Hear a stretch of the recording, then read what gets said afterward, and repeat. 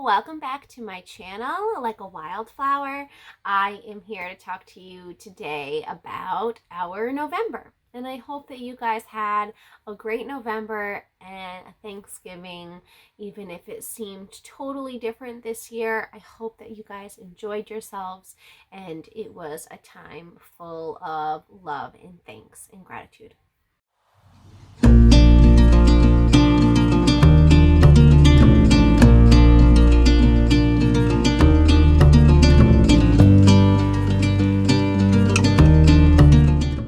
November. November for us was slightly different. And I'm gonna be talking to you guys not just about homeschooling, but just about our life in general, some motherhood stuff. And of course, I'm gonna update you on what we did for homeschool this month. So let's start with a life update. If you don't know already, we bought a bus. We bought a bus in September. We plan on renovating the bus and living in the bus. So it'll be quite a change for our family. We got most of the bus kind of cleared out. We cleared out all the seats finally. So really what's left is just the upper cabinets can completely come out now. So once it's fully gutted, we'll be able to move forward in the renovations, and we're really excited and looking forward to that. So aside from the bus, another life update is we're ending November 18 weeks pregnant, and I'm feeling fine. We unfortunately did have COVID in our house for a couple of weeks this month. We are very grateful that we got a mild case of it. It was basically a cold for us. We had very low fevers for maybe a couple days, some body aches, but it definitely was not as bad for us as some other people that we know, and we're grateful for that. And I hope that anybody who is battling any illness right now, I hope that you have a full recovery and you get better soon, because I know that if as a parent, it is hard to parent while you are sick. You want to be in bed and you want to get as much rest as you can possibly get. And it's just almost nearly impossible when you have a bunch of little kids running around and they need lots of attention and things to keep them entertained. And that is definitely a struggle in motherhood, is when you are not feeling good, that you kind of just have to power through it, and get help when you can get help. But for the most part, I take it easy. My kids they do their best to be understanding. They're still young, so once they're feeling better, they're back to their full energy self and they come back full force. And I just feel like as mom, or at least for myself, I take a little more time to recover and get back to my full functioning self. But yeah, so I am coming back, entering December with a new mindset. I have been in bed for a couple weeks due to being sick, and my body is feeling it. So my hips are hurting. My circulation isn't as good. So I am hoping to focus on some balancing of the healthy choices for December, since November was kind of rough for the healthy decisions. We kind of just slept and rested as much as we could and ate whatever we had the energy to make or prepare for ourselves. All right, so homeschool update.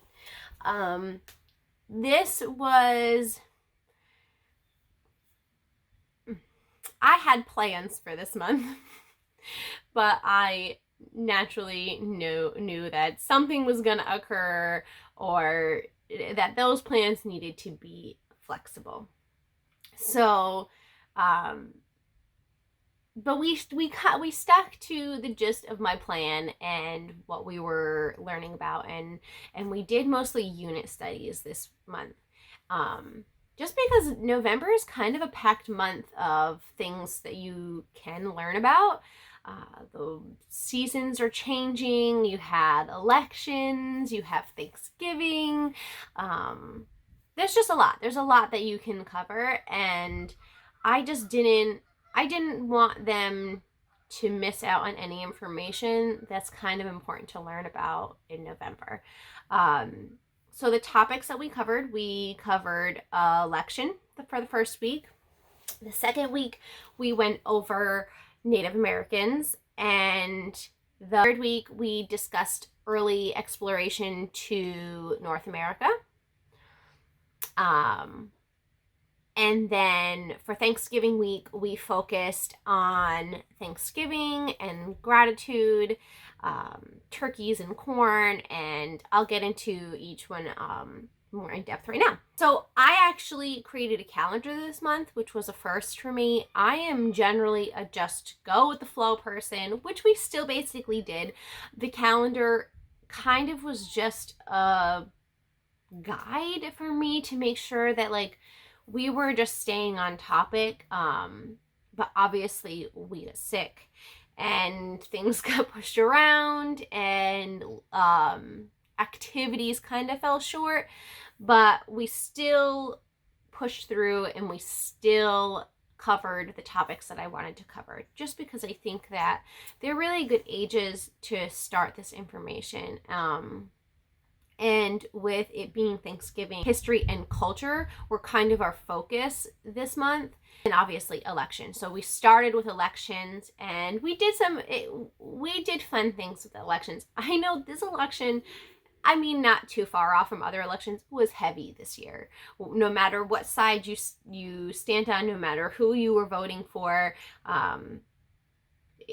there's definitely some heavy stuff happening this year. So election was definitely a hot topic that I wanted to talk about, mostly because I always put myself in a category where I wasn't into politics, and I didn't like discussing politics. And I think it was just, not so recently, but recently in my life, I started to learn more, and I started to be more aware of how these things affect us, and it does.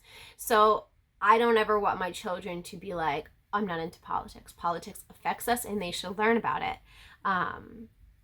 So I like to start off every week pretty much the same. Mondays are easy peasy for us, mostly because I take that time to really get my stuff together for the week. So we stick to video introductions and just kind of an introduction to the topic. So we just discussed what elections were, what the president does, who the president is, who our choices were, and we just kind of discussed elections in general. And then we moved on to, we got some library books and we read some library books, and my kids respond well to videos, so we watched some more videos. And then we got more hands-on, and we did an election booklet, and we put on our own little election, and they had a voting booth, and they made little voter registration cards, and they had fun learning about that. This was them going through their fun little election, and I am going to go ahead and link the packet that we got from Teachers Pay Teachers, and also the little ballot cards that I designed. You'll be able to download as well, in case you're interested in putting them to your unit study for elections. The voting activity was fun for all of the ages that we had, and they had fun seeing the results and going over the results, and it was a good time, and it was a good way for them to learn how elections work.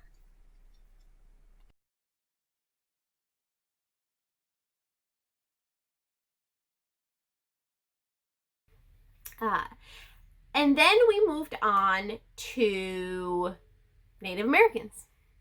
And now I know that Thanksgiving is a hard topic to teach young children about, because I feel like there's some heavy information and it's dark. And that's hard to give to younger kids because you want them to keep their innocence. But both me and my husband are not sugarcoaters. So we're gonna tell them, even though they're young, that there was darkness. While, yes, we celebrate Thanksgiving, we don't tie it to the first Thanksgiving.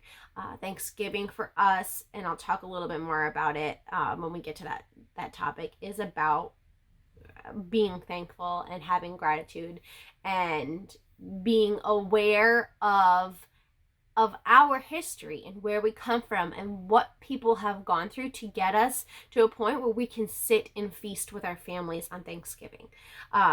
So talking about Native Americans was very important to me, and we did it last year, and it was a little bit lighter, and we got a little bit heavier into our subjects, and we focused mainly on our region, the Northeast Woodland region. We talked about their culture, and we did some crafts, and we read books, and we watched movies, and we watched documentaries. And I can say that oftentimes they were a little lost or a little uninterested, just because, like I said, we focused on culture and how they lived and what they provided for us now, how they're living now. We compare to what their life was like way back when to what they are living like now. We talked about their history and where they came from. We talked about their beliefs, and it was good to cover that topic, and they enjoyed learning about it for the most part. And I mentioned that we did some crafts, and I'm going to show you. So looking up how to teach history, especially when it involves a different culture than your own, I think that it's important to remember that, one, not everyone's going to agree, and that's because there are different perceptions, and there are different views and beliefs around every historical topic. So I actually found an article that said, don't have your kids dress up or act like Indians, or I saw something that went as far as to say don't use feathers. And we did use feathers, but we also talked about the meaning behind certain items for them. So like I said, we talked about the culture. We went in depth and we discussed the portrayal of Native Americans, and we talked about truths, and we talked about perceptions from both the Native Americans and everybody else. And that part is so important. So when you're teaching about history and you're doing these crafts, make sure that they understand that they're not just stringing beads and sticking feathers and dancing around a teepee. They need to understand why we're doing these things and what relevance does it have to what they're learning about. So we made some headdresses, and we talked about why they make headdresses. We planned on making belts, but they got real tired of weaving in the beads, so we ended up just making headdresses. And that was really like their fun activity, and it also was great for their dexterity in their hands. This was another one, and we have another one somewhere floating around the house. We learned a lot about what they did to survive, and we wove some baskets We learned about why they had these baskets, what they used them for, why weaving was so important to them. And we talked a lot about the Native American culture for children. And I think it's really important for kids to understand that there are children that don't live how they live, even now, never mind back then. So I relate a lot to children and the lifestyle of the children that we're learning about. And I'm just going to take a brief moment to mention that we were generously gifted beads from the Beadery RI. So if you're looking to do any crafts, the Beadery RI is the place to go. They gave us some different shapes, which we're actually going to be using in December, as well as just regular pony beads. Guys, these are great for everything. Kids love stringing beads, and they love using beads in Play-Doh, and they just love beads. I know that they can get messy, but they love beads. So we are super grateful to the Beadery RI for providing us with some beads, and I will be linking them below so that you can check out what they have, because their selection is awesome. We're gonna move on, and we're gonna talk about how we did early North American exploration. Now, another hot topic in history, Christopher Columbus. I know that people don't love him, and I've mentioned this before. History is one of the harder subjects to teach because we're constantly having to be aware of the narrative. And the narrative is different from different perspectives. So a lot of the times you're going to come across history texts and books that are whitewashed. They are made to glorify things that were not glorious. They're made to lessen the darkness of the history, and history is dark. There's no other way to say that. So even when teaching children, I'm not going to omit things that I disagree with. So no, I do not agree with the choices of Christopher Columbus, but we're not going to exclude him because we're going to learn. And when you learn about these people that shaped our history, and they created a life today, you learn the good, you learn the bad, you discuss it, and you talk to your kids about how you can learn from what they did, both good and bad.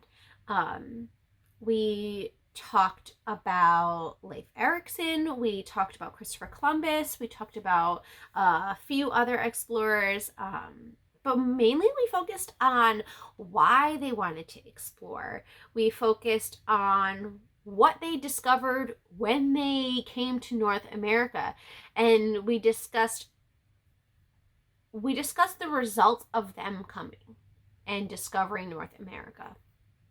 And like I said, good and bad. We talked about the disease. We talked about the fighting. And we didn't leave any of that out. And I know that for a lot of people, they think that their kids are too young.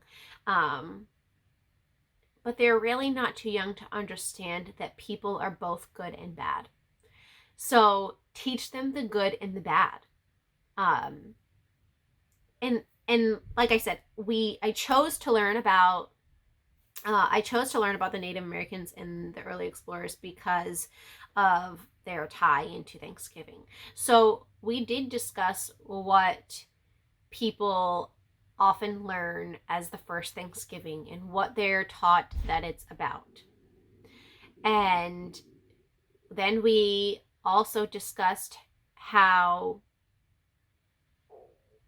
Thanksgiving is perceived from the Native American side as well, and how not many people see it as a holiday that should be celebrated, and how some Native Americans actually see it as a holiday of mourning. So for us, Thanksgiving this year was not about the coming together and the unity of Pilgrims and Native Americans.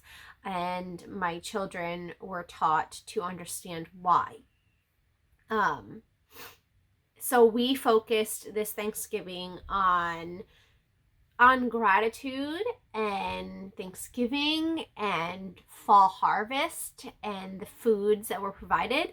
And I tied in the history of the Native Americans and the settlers and how we've come to Thanksgiving today.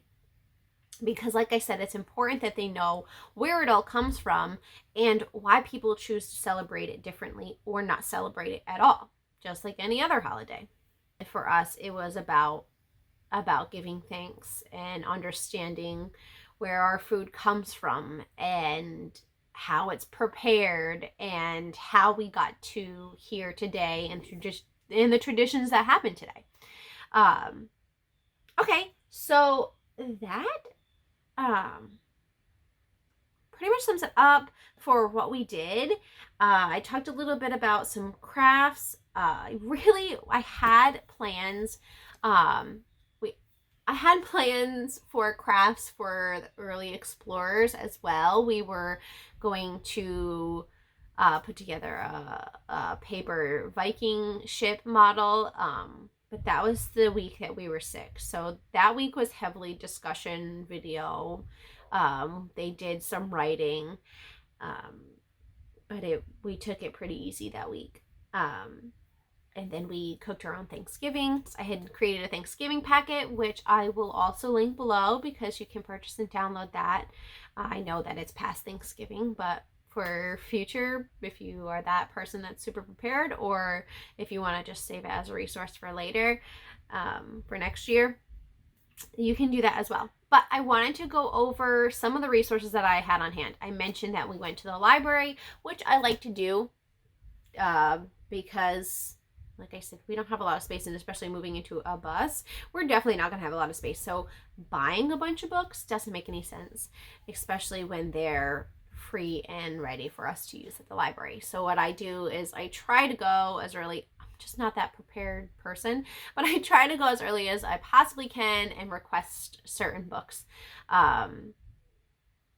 Keeping in mind that I don't know the narrative of these books when I'm going to get them, but I'm prepared to talk to them about the truth in different perspectives and why things are written in a certain way for us to learn.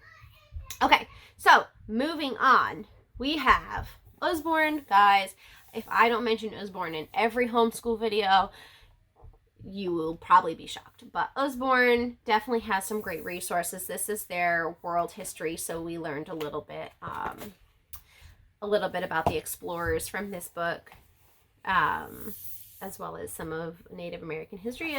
And then we have DK Smithsonian American History, a visual encyclopedia. And again, the information is not going to be full here. So be prepared to discuss the information that they're going to get and pull from other resources. Give them a different perspective and ask them questions. See what they're taking in. And then the last book that we have at home that we used was the Handbook of Nature Study. I love this book. The information is not written for children. They use extensive vocabulary, but the lessons are great. We discussed turkeys. We discussed corn. Had plans to discuss the migration of birds as we transition into winter, but that topic kind of just fell short. And I will link all of those. And I'm just going to show you some of our Thanksgiving crafts, and I'm just going to put some pictures up, and the templates you can go for the turkey hat you can download. We did some turkey math counting with the beads. Again, like I said, kids love beads. My kids love beads, so I don't know if your kids do, but I know my kids do. And we made little corns, and they enjoyed all of those crafts. And then I think I mentioned the Thanksgiving packet, which had math and vocabulary. They did a letter scramble and a crossword, and they did I think there were a few math ones. They did color by numbers. So definitely check out that packet. I had fun making that, and they had fun actually doing it. My children are huge fans of paperwork. I think that's it. I really hope that you guys enjoy these videos, and if you do, please be sure to give it a thumbs up, share, or just however you spread the word. That helps me and my channel grow. But I appreciate all of the viewers that are already here watching me. As always, thank you so much. Bye, guys. Thanks for watching here at Like a Wildflower. Make sure you subscribe so that you can be the first to know about new videos.